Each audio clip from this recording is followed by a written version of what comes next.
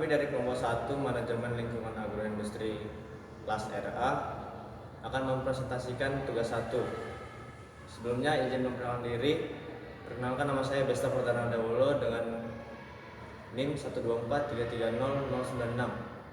Perkenalkan, nama saya Mario Intikus Regar dengan NIM 124330100.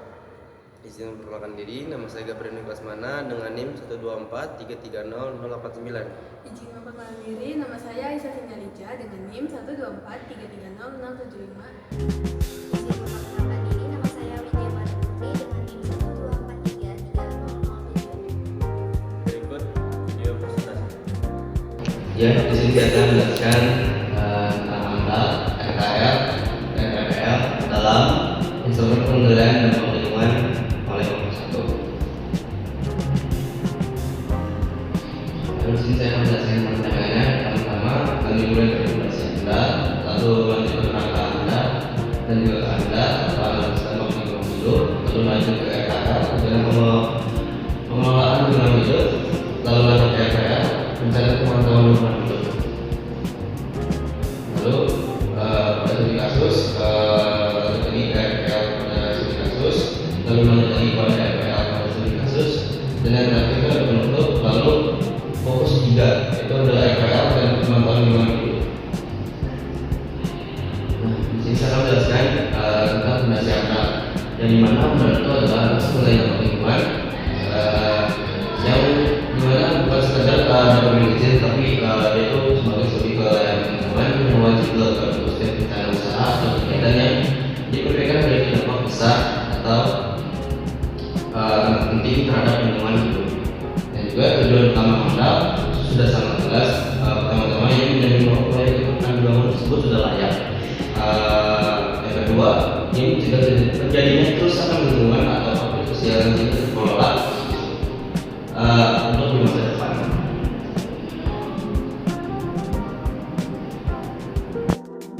Selanjutnya saya akan menjelaskan mengenai kerangka AMDAL. Dokumen AMDAL terdiri dari 4 pilar utama yang saling berkaitan erat dan menghasilkan satu keputusan kelayakan lingkungan. Yang pertama itu ada A AMDAL adalah kerangka acuan studi menetapkan batasan dan fokus kajian. Yang kedua, AMDAL adalah dokumen inti berisi hasil prediksi dampak. Yang ketiga, RKL adalah rencana aksi pengelolaan dampak. Yang keempat ada RPL adalah rencana pemantauan untuk mengecek keberhasilan RKL. Fokus kita adalah pada 3 dokumen hasil, yaitu ada AMDAL, RKL, dan RPL. Selanjutnya ada AMDAL, analisis dampak lingkungan hidup. AMDAL bisa kita sebut sebagai otak dari seluruh rangkaian AMDAL. Inilah proses analitis di mana kita identifikasi, menentukan semua komponen lingkungan yang berpotensi terdampak, mulai dari kualitas air, udara, hingga sosial ekonomi masyarakat sekitar. Prediksi meramalkan besaran dan sifat dampak. Misalnya, seberapa besar peningkatan kebisingan yang akan terjadi, seberapa jauh sebaran debu dari lokasi proyek. Yang ketiga ada evaluasi, dan yang terpenting mengevaluasi apakah dampak tersebut masuk kategori penting atau signifikan. Kriteria penting ini mencakup jumlah manusia yang terkena, luas dampaknya. Baik, selanjutnya saya akan menjelaskan mengenai RKL, itu rencana pengelolaan lingkungan hidup. Jika Anda ada masalah, maka RKL adalah solusinya, yaitu rencana aksi nyata untuk mengelola dampak tersebut. RKL ini berisi program terperinci untuk diantaranya 1. Meminimalisir dampak negatif. Contoh dari meminimalisir dampak negatif itu bisa berupa timbul sawit. RKL yang harus direncanakan membangun instalasi pengolahan air limbah atau IPAL dengan spesifikasi teknologi yang jelas. Kemudian meningkatkan dampak positif, misalnya itu menyusun program pemberdayaan masyarakat lokal agar mereka dapat menjadi tenaga kerja terampil yang dibutuhkan proyek. Nah, pengelolaan dalam RKL harus mencakup 3 aspek. Aspek pertama aspek teknis atau teknologi. Yang kedua ada aspek sosial ekonomi, dan yang ketiga ada aspek kelembagaan atau tata kelola. Dokumen RKL harus memastikan tindakan itu pun bukan janji kosong.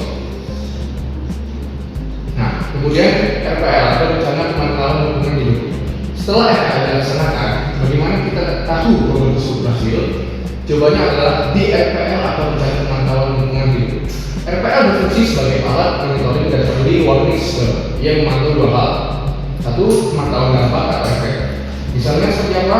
Misalnya mengukur kualitas air sungai di hilir, IPAL, apakah aslinya masih di bawah baku mutu yang diizinkan. Kemudian yang kedua, pemantauan pelaksanaan RPL. Sebab misalnya mengecek apakah IPAL dioperasikan sesuai prosedur atau apakah program pelatihan kerja sudah berjalan. Aspek penting RPL adalah parameter yang diukur, lokasi pengambilan sampel, dan frekuensi pemantauan, misalnya setiap bulan atau triwulan. Jika hasil pemantauan menunjukkan dampak melebihi batas, maka RPL harus dievaluasi ulang. Baik, di sini saya menjelaskan studi kasus dari AMDAL ini sendiri. AMDAL adalah proyek pembangunan pabrik semen. Proyek ini melibatkan kegiatan penambangan batu kapur dan proses produksi dengan emisi tinggi. Dampak penting AMDAL yang sering ditemukan. Yang pertama, di udara. Di udara ini penurunan kualitas udara akibat debu dari penambangan dan emisi gas buang dari cerobong. Yang kedua ada air tanah atau hidrologi, perubahan pola aliran air tanah di sekitar area penambangan. Yang ketiga ada sosial, di mana sosial ini memiliki potensi konflik sosial terkait penggunaan lahan dan lingkungan kemiskinan.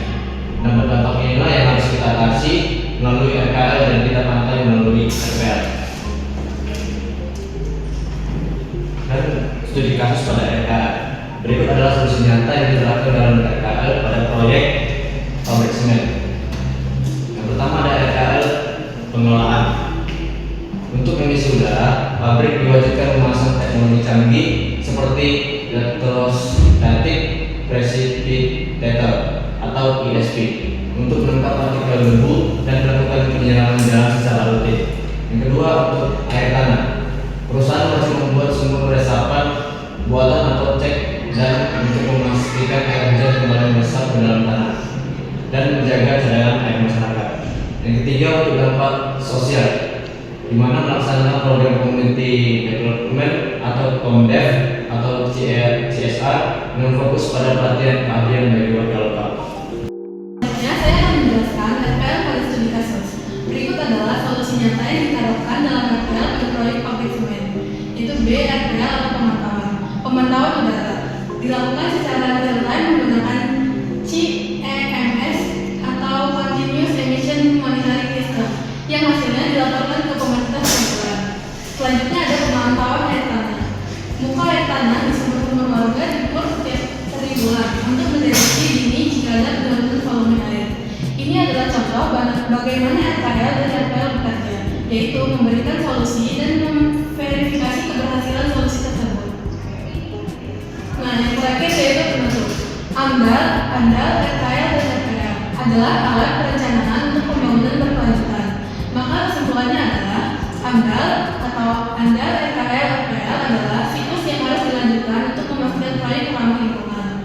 Untuk sarannya yaitu pentingnya penegakan hukum dan partisipasi publik dalam proses AMDAL. Sekian presentasi dari kelompok kami. Maaf bila ada salah kata maupun ucapan yang kurang berkenan. Saya mengucapkan terima kasih.